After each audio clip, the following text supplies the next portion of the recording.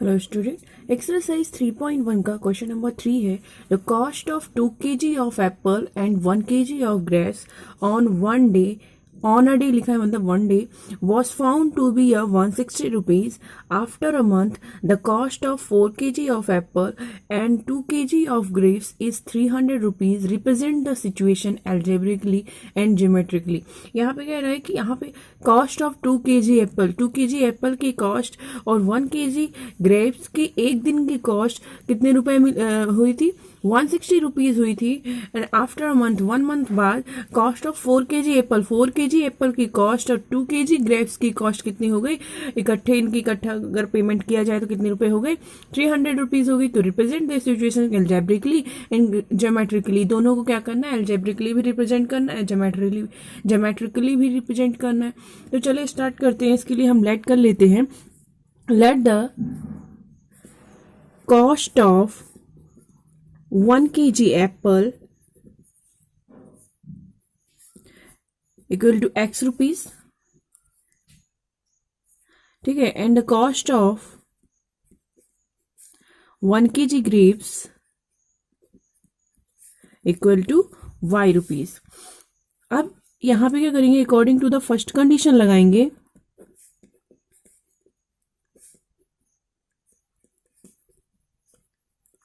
क्या है first condition? 2 kg apple की कॉस्ट, तो 1 kg एप्पल की कॉस्ट x रुपीज है, तो 2 kg एप्पल की कॉस्ट क्या हो जाएगी? 2x rupees. इसी तरह से 1 kg ग्रेप्स की कॉस्ट y रुपीज है। यहाँ पे आप रुपीज राइट कर सकते हैं। तो यहाँ पे भी क्या करें? कितना खरीद रहा है? 1 kg ग्रेप्स की कॉस्ट कितनी हो जाएगी? 1y लिख सकते हैं, तो 1y होगा। तो 1y हमें यहाँ पे लिखना नहीं, क्योंकि कोफिशिएंट में हम 1 नहीं दिखाते हैं, ठीक है। तो इनका टोटल कॉस्ट कितना हो जाएगा? 160। तो यहाँ बना लेते हैं। यहाँ पे देखिए 2 kg एप्पल की कॉस्ट क्या हो गई? 2x हो गई। 1 kg ग्रेप्स की कॉस्ट y हो गई। टोटल कितना देना पड़ रहा है? 160 रुपीज। तो ये इक्वेशन आपकी फर्स्ट बन गई। अब इसी इक्वेशन को क्या करेंगे हम? ये तो हमारा इसका अल्जेब्रिकली रिप्रेजेंटेशन हो गया। अब इसको हम ज्योमेट्रिकली बनाने के लिए हम यहाँ से x किसी भी एक का मान में पुट करेंगे, कई सारे मान, और यहाँ से हम एक मान निकालेंगे। तो यहाँ से हम इक्वेशन बना लेते हैं। y इक्वल टू हो जाएगा 160 माइनस 2x। अब यहाँ पे x के अलग अलग वैल्यूज पुट करेंगे तो y के अलग अलग वैल्यूज मिलेंगे हमें यहाँ पे। तो यहाँ पे हम स्टार्ट करते हैं। सबसे पहले हम यहाँ पे पुट कर देते हैं x इक्वल टू 50। तो सबसे पहले हम यहाँ पे पुट कर देते हैं 160 माइनस 2 इंटू 50 हो गया, 50 रख देते हैं। तो अब ये हो जाएगा 160 माइनस 5 टू द 10 100 हो गया। तो y इक्वल टू क्या आ गया आपका? 60 आ गया। y इक्वल टू क्या आ गया? 60 आ गया। अब यहीं पे हम क्या करते हैं? y equal to x equal to हम रख देते हैं पुट x इक्वल टू 60 रख के देखते हैं तो क्या आ जाएगा? y equal to 160 minus 2 into 60। यहाँ पे हमें वैल्यू इस टाइप से ही रखनी है कि ये हमें कुछ ग्राफ में बनाने में इजी पड़े, इस तरह की ही वैल्यू रखना है यहाँ पे। 6 2 का कितना हो जाएगा? 12 हो जाएगा। अब आप इसको सब्ट्रैक्ट करेंगे तो क्या आएगा? y इक्वल टू 40 आ गया। इसी तरह से यहाँ पे और वैल्यूज रख दीजिए आप। तो पुट x इक्वल टू 70 रखते हैं। तो x इक्वल टू 70 रखेंगे तो हमें क्या मिलेगा? y equal to 160 minus 2 into 70। तो ये हो जाएगा 160 माइनस 7 टू द 40। अब इसको सब्ट्रैक्ट करेंगे तो कितना आ जाएगा? 20 आ जाएगा। तो y इक्वल टू कितना मिल गया आपको? 20 मिल गया। अब आप इसे क्या करिए? बॉक्स में रख दीजिए। तो ये हो जाएगा x y, हमने x इक्वल टू 50 रखा तो क्या मिला? y 60 मिला। x इक्वल टू 60 रखा तो y 40 मिला। x इक्वल टू हमने 70 रखा तो y 20 मिला।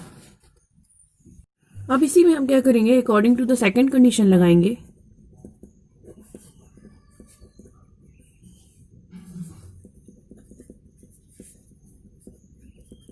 सेकंड कंडीशन क्या कह रही है? Cost of 4 kg apple and 2 kg of grapes is 300 rupees. तो यहाँ पे 4 kg एप्पल की कॉस्ट हो जाएगी 4x plus 2 kg of grapes की क्या हो जाएगी? 2y। दोनों की टोटल कॉस्ट कितनी हो गई? 300 रुपीज। तो यहाँ से देख लीजिए 2 कॉमन आ रहा है तो आप क्या करिए? 2 कॉमन ले लीजिए। 2x प्लस y इसका टू क्या हो जाएगा? 300, ठीक है। तो अब इसको हम क्या करेंगे? ये 2 यहाँ पे इंटू कर रहा है, इधर आएगा तो डिवाइड करने लगेगा।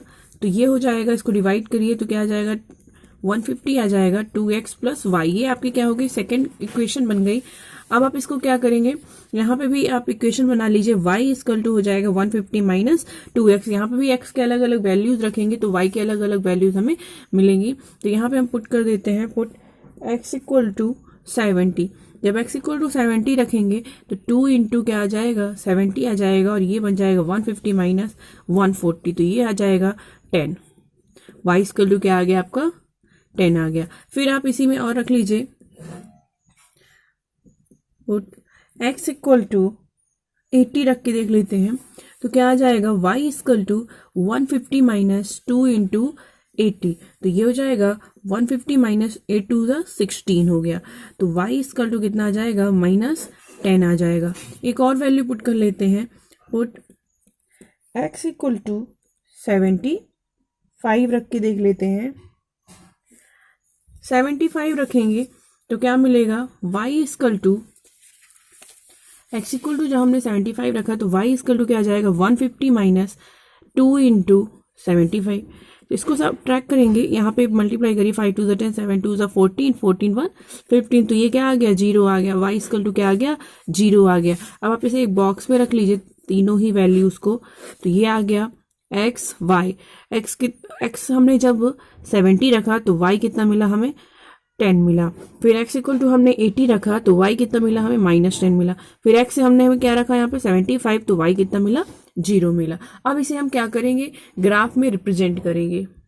अब इसी में हम क्या करेंगे, ग्राफ इसको रिप्रेजेंट करना है, ग्राफिकली रिप्रेजेंट करना है।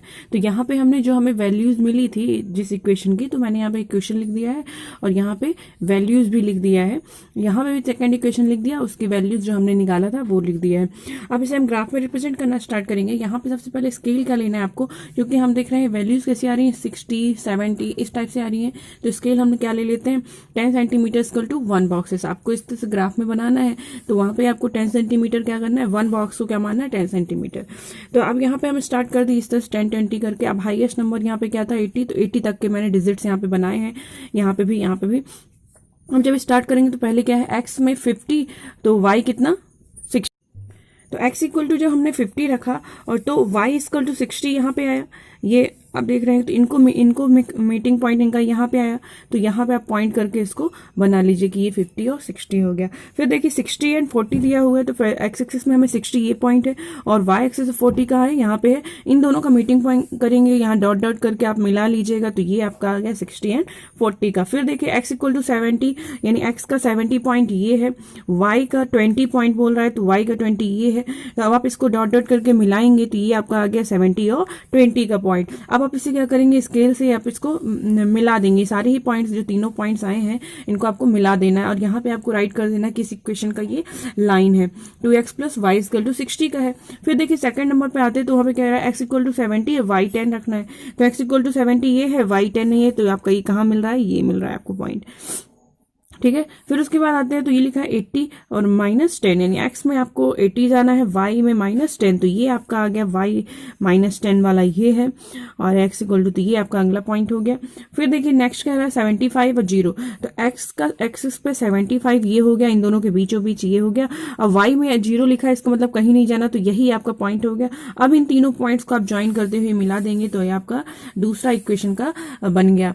तो अब आप यहाँ पे समझ रहे होंगे कि यहाँ पे कैसी लाइन आपको मिल रही है, पैरेलल लाइन मिल रही है। इस ग्राफ को रिप्रेजेंट करने पर कैसे मिल रही है, पैरेलल लाइन मिल रही है। तो इस तरह से आपको रिप्रेजेंट करना है।